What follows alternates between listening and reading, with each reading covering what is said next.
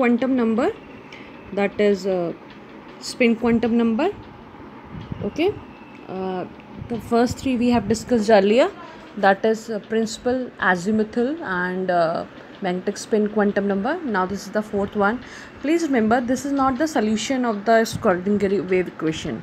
That means the Schrodinger wave equation that we got earlier gave the three solution, that is based upon the three axes, and these were the first three quantum number.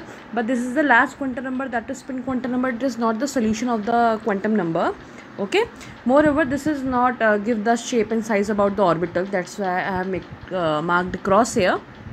Its symbol is S, small s. Okay, so S actually gives the electron rotates about its own axis. It gives about it gives information actually about that the electron can rotate about its axis. Axis means, as you can see, that if it rotates clockwise or if it rotates anti-clockwise. Okay, so two type of rotation is there, and we have named as plus half or anti half. Plus half or minus half. Please remember, plus half doesn't mean clockwise or minus half doesn't mean anti-clockwise. Okay, plus half का मतलब clockwise नहीं होता और minus का मतलब anti clockwise नहीं होता. अगर हम प्लस हाफ को बाई चांस एंटी क्लॉक कह रहे हैं तो माइनस हाफ ऑटोमेटिकली क्लॉकवाइज हो जाएगा. Okay, vice versa. Okay, so this was the fourth quantum number. Now next children, a Pauli's exclusion principle. Pauli's exclusion principle is generally comes when all the quantum number have discovered. उसके बाद ही आए थे.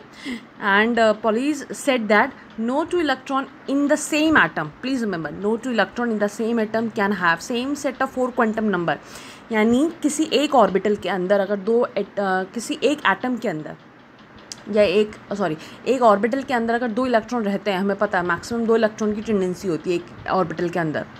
तो उस orbital के अंदर अगर 2 electron रहते हैं तो उनके 4 के 4 क्वांटम नंबर के सेट सेम नहीं हो सकते. यानी अगर 3 सेम होंगे, अगर n l m की वैल्यू सेम होगी तो s की फिर भी डिफरेंट होगी. बाई चांस अगर लास्ट 3 की सेम होगी तो n डिफरेंट होगा. मतलब 4 में से कोई ना कोई एक डिफरेंट ज़रूर होगा.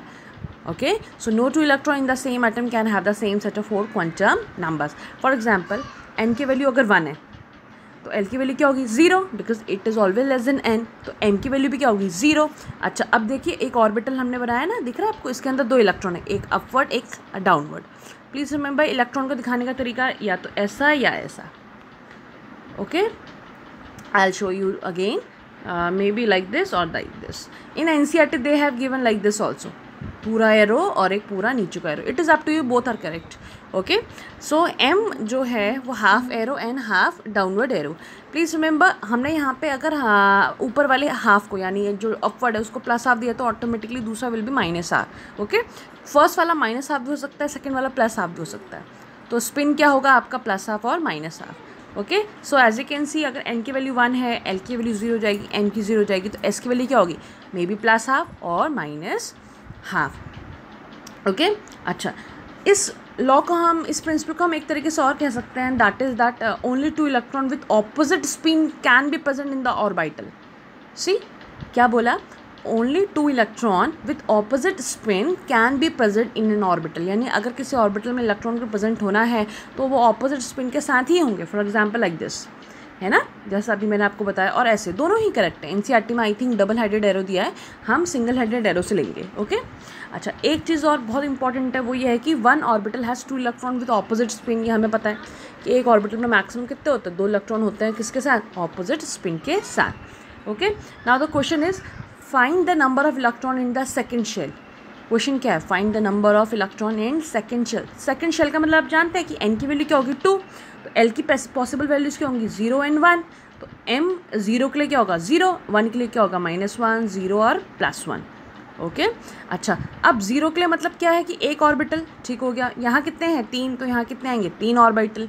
अच्छा, एक ऑर्बिटल में इलेक्ट्रॉन कितने होते हैं 2, तो टोटल कितने हैं 4, 4 में कितने हो गए 8 हो गए ना, आगे ना ऐसे 8 इलेक्ट्रॉन. अच्छा, एक तरीका तो ये है. बाई चांस अगर कॉम्पिटिशन एग्जाम में बेटा ये टिक मार्क में आता है तो ये हम इसको ऐसे भी कर सकते हैं, दैट की 2n² फॉर्मूला है ना हमारे पास, कि अगर हमें शेल से इलेक्ट्रॉन निकालने हैं तो हमारे पास फॉर्मूला क्या होता है 2n². तो n की वैल्यू क्या है 2, और आगे से 2 कर देंगे हम, 2 × 2² that means eight electron. But it is better कि आपको पूरा मेथड है. Okay, now this is the main key point. जो आज तक हमने डिस्कस करा है, that is the number of sub shell in a cell. किसी भी शेल में सब शेल्स कितने होते हैं, उसके नंबर ऑफ शेल के बराबर। ओके, अब देखो यहाँ n की वैल्यू क्या है 2, तो इस l में n क्या होता है, शेल होते हैं, l क्या होता है, सब शेल होता है, तो n की वैल्यू 2 है तो l में कितने होंगे, 2 सब शेल होंगे, एक 0 एक 1। अगर n की वैल्यू 3 है तो l में कितने होंगे, 0 1 2, 3 होंगे ना। That means number of sub shell in a shell is equals to number of shell. अच्छा, नेक्स्ट क्या है, number of orbital in a shell. अब शेल में ऑर्बिटल कितने होंगे, n²। अच्छा, सब शेल में कितने ऑर्बिटल होंगे, 2l+1। ऑर्बिटल में इलेक्ट्रॉन कितने होंगे, हमेशा 2 electron. Number of electron in a sub shell कितने होंगे, 2 × 2l+1। Okay, so this is very important key point, please make it note down. Okay, now the last part is, एक और question हम देखते हैं, बहुत इंपॉर्टेंट है। And the question is find the number of electron in the fourth shell. Fourth shell में निकालना है। अभी एक तो फॉर्मूला हो सकता है 2n², वहाँ से हमें मिल जाएगा आंसर। बाकी हम पूरा डिटेल में जाके करते हैं। n की वैल्यू 4, l की वैल्यू 0 1 2 3, m की वैल्यू के लिए 0, 1 के लिए -1 0 1, 2 के लिए -2 से +2, 3 के लिए -3 से +3। ठीक, अब 0 के लिए यानी एक ऑर्बिटल, यहाँ कितने हैं 3 ऑर्बिटल, यहाँ कितने हैं 5 ऑर्बिटल नीचे, यहाँ कितने हैं 7 ऑर्बिटल। अब एक ऑर्बिटल में कितने आते हैं, 2 इलेक्ट्रॉन। टोटल ऑर्बिटल काउंट करके इलेक्ट्रॉन इंटू करो, कितना आएगा आंसर, 32। ओके, अच्छा, नेक्स्ट क्वेश्चन है कि find the number of electron for which n = 2, m = 0 और s की वैल्यू +½ यानी हमें इलेक्ट्रॉन बताने हैं, नंबर ऑफ इलेक्ट्रॉन बताने हैं ऐसे जिनमें n की वैल्यू तो 2 हो और m की वैल्यू 0 और s विल बी +½ ओके, तो n की वैल्यू 2, तो l की पॉसिबल वैल्यू क्या होंगी, 0 और 1। m की वैल्यू क्या होगी, 0 -1 0 1। अच्छा, m की वैल्यू अगर 0 है तो एक ऑर्बिटल बनेगा। अब उस एक ऑर्बिटल में अगर आप देखें, लेट मी शो यू, उस एक ऑर्बिटल में देखें तो बेटा ये है ना, एक ऐसे और एक ऐसे बनेगा, तो एक का +½ होगा, एक दूसरे का -½ होगा। तो हमें क्या लेना, +½ कोई भी ले लीजिए। सपोज हमने ये लिया, ये वाला काउंट करा हमने, ठीक। ऐसे ही यहाँ 3 है, -1 0 1, तो पहले वाले की -1, इसकी वाली, इसकी 0 और इसकी +1, तो हम बीच वाले ऑर्बिटल का लेंगे क्योंकि हमें उसी का लेना है जिसकी m की वैल्यू क्या हो, 0। तो बीच वाले ऑर्बिटल में m की वैल्यू 0 है। तो इसमें भी देखो, इसमें भी क्या इलेक्ट्रॉन है, तो हमें कौन सा लेना है जिसकी s की वैल्यू क्या हो, +½ हो। तो हमने बाई चांस ये वाला ले लिया, तो कितने इलेक्ट्रॉन हो, एक ये और एक ये, तो 2 इलेक्ट्रॉन आ गए। ठीक है, now the last question children, very important again. इस क्वेश्चन में से इन्फॉर्मेशन मैंने इतनी दी है कि जब n की वैल्यू 3 हो और s की वैल्यू -½ हो, ये आपको करना है।